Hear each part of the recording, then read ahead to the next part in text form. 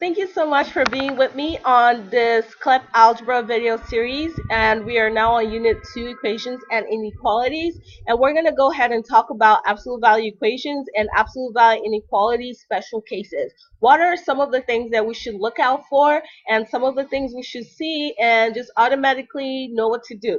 Well, here's one. Absolute value of something, okay, let's say that's x plus 3 is equal to a negative number. Okay, when you see a statement like this, you need to think to yourself, what exactly is this telling me? This is telling me that an absolute value of some number is a negative. And by definition, absolute values have to be positive. So when you see a statement like this is an impossible statement. This is a statement that is like, wow, really? You don't think I know that kind of statement? So this is a no solution statement. There is no way you can get an absolute value, no solution. There's no way you can get an absolute value to be negative. Now, I want to throw a caution to you here. Okay, before you do this, make sure that the absolute value is already isolated. Okay, because they can try to trick you by making it look like this is a no solution problem when in fact it's not.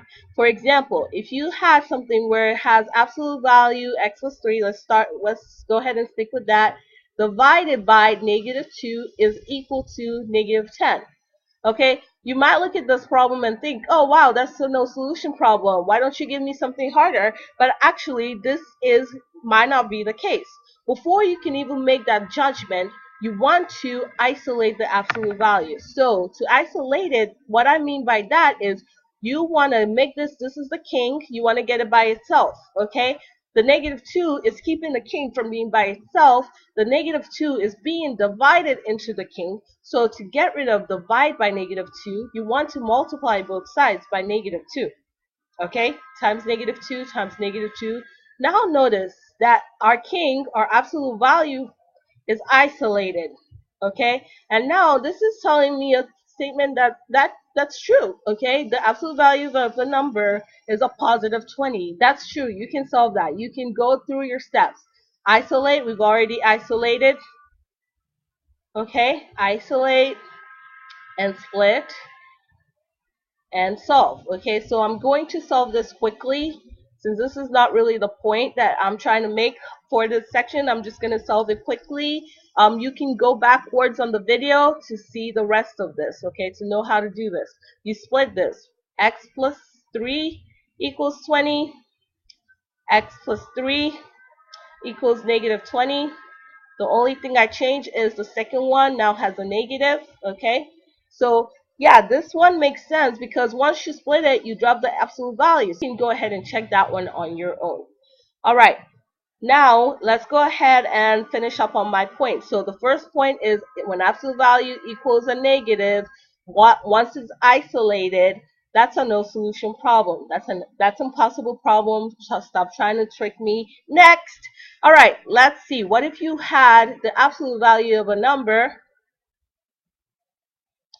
is less than a negative number? Okay, that's another statement where you go, okay, well, less than a negative number means it has to be stay negative, and the absolute value cannot be negative, so this is no solution.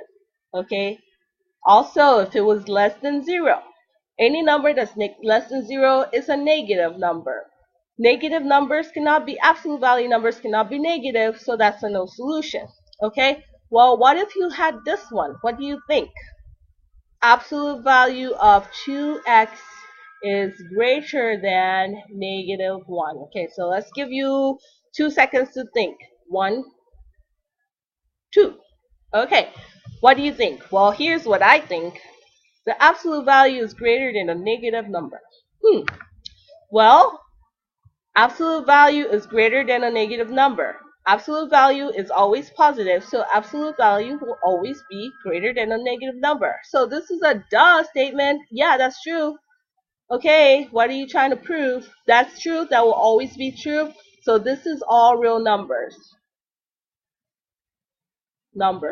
Okay? All real numbers means always true. Okay? You don't care what the number is. There is no restriction to when it's true. It will always be true. Okay? It will always be true in any number line. Any number will make the absolute value greater than 0. So this is a duh statement. Yeah, I know that absolute value by definition is positive. A positive by definition is always greater than a negative. So those are the special cases for absolute value. Okay. I hope that you remember those because they will save you some time and they will save you from making some silly mistakes. Thank you.